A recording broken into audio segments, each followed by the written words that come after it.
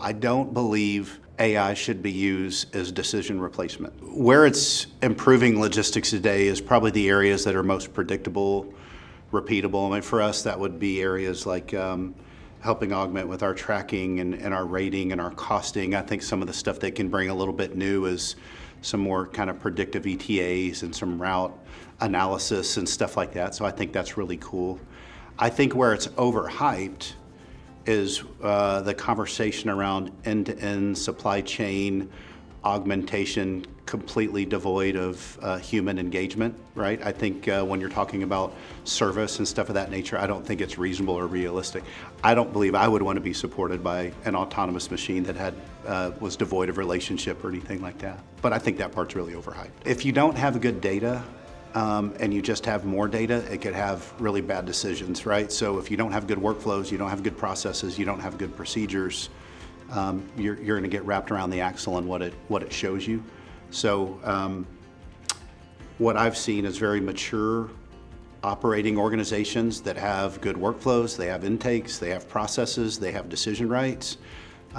Those that already have those in place, this will be a force multiplier for them to make improvements kind of in the business. Those that don't step over that. You need to get that done, right? That's a priority. I think there's a misconception that I can just go into AI and all my issues with not having anything like that are solved. That is a mistake, in my opinion. I think what you're gonna see is security gets dropped, and I didn't have a good enough fence around this thing, and I was using some more open AI type of platforms where there wasn't enough security and some information got out. So you can't step over your blocking and tackling because you're excited about AI. To me, that's the distraction of AI, and you read in AI how, who's capitalizing off of all of it, so I need to hurry up and do it now. Yes, you need to familiarize yourself with AI. You need to understand what your use cases are. But don't step over the opportunity of, do I have good processes? Do I have good procedures? Do I have good decision rights? Part of the stuff that should be automated is, I think it goes back to the predictable and kind of repeatable. I don't believe AI should be used as decision replacement. I think it should be used as decision augmentation, right? So how do you narrow the scope of what people need to make a decision on? If you take the tracking out of the way, the routing out of the way, the costing, the rating, anything that you can look on a sheet and you can do it and it's predictable, all of that, whether it's automation or integration, I think those are the things we're looking to do. We're looking to improve the quality and the value that people are getting out of their work.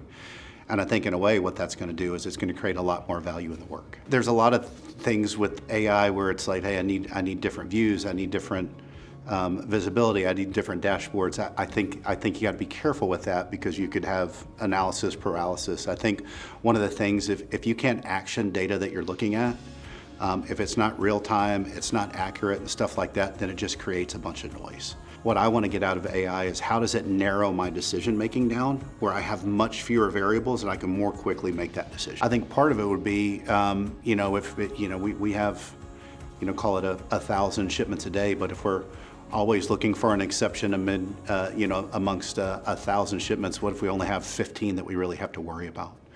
And then we're taking away all of the triage that we have to do to make sure all of those other shipments that they're going well, they're moving well. So I think you have a lot more focus on the areas that could be a concern versus everything being an area of concern. So I think service is going to go way up. Again, part of the reinvestment of this time is focusing on the client, focusing on service. And I think as we narrow those exceptions down to make those decisions easier to make, we're going to see a significant improvement in service and of our cost to sustain in this arena of AI longer term. When I think about things like labor leverage, one of the things that we want to be able to do is how do we put our team members in a position to do 30% more work, 40% more work, more effortlessly than they are doing it today, right?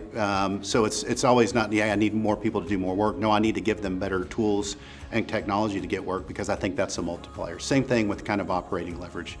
At what point do your fixed expenses stop growing because you have enough investment in the business that you're just realizing a lot more of the value the more that you do. Right now, your expenses doing this should slow down because you're taking advantage of better processes, better technology, and stuff of that nature. The cool thing about a lot of what we're doing with AI is we need to make sure all of our technology groups and stuff like that, they understand putting the permissions around it. But the new thing with AI is how you empower the business to help frame out some of these initiatives, right? So in many cases, they're the ones that are authoring how we implement this in the organization.